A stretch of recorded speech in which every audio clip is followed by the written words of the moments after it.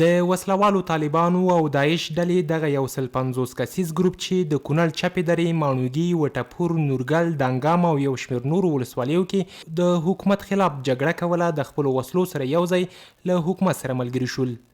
د چارواکو په خبره دغو وسلوالو جنګیالیو د ملي امنیت او امنیتي ادارو په ګډو هڅو سره له جګړې لاس واخیست او له حکومت سره یوځای شول.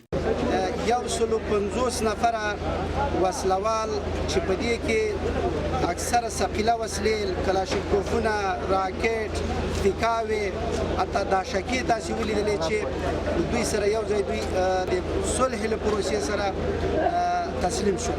د داعش او وسلوالو طالبانو هغو جنګیالیو چې له جګړې لاس اخیستی وای درک کړي چې په روانه جګړه کې یوازې افغانان قرباني ورکوي او ګټه یې نورو هیوادونو ته رسي. دغه جنګیالي زیاتوي نور نه غواړي چې د خپلو ورونو پر وړاندې وسله پورته کړي او د پردیو په اشارې سره یو بل ووژني. چې ورور راپاڅېږي بل وژني او بل راپاڅېږي بل وژني. موږ نه غوښتل چې دغه کار وکړو، دا ورور وژنه نوره وکړو، که نه موږ دغه سوله نه د روپو دپاره کړله او نه د کومو مادیاتو دپاره کړله، خو صرف نه مو غوښتل چې نوره ورور وژنه وکړو او دا کارونه وکړو.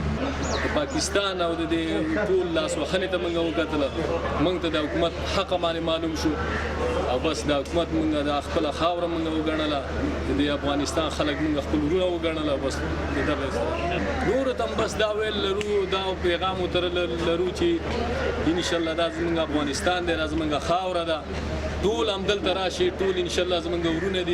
له حکومت سره د داعش او وسلوالو طالبانو په دغه یوځای شوي ګروپ کې د مولوي عبدالبصیر په نوم د کونړ لپاره د داعش ډلې پخواني والي او د دغې ډلې اوسني قاضي هم شتون درلود. له دې وړاندې هم کونړ کې د داعش جنګیالیو 2 جوپو له جګړې لاس اخیستی او له حکومت سره یوځای شوي وو. چارواکي زیاتوي له حکومت سره د دغو وسلوالو ګروپونو په یوځای کېدو سره به دغه ولایت کې امنیت لا ښه والی عمومي.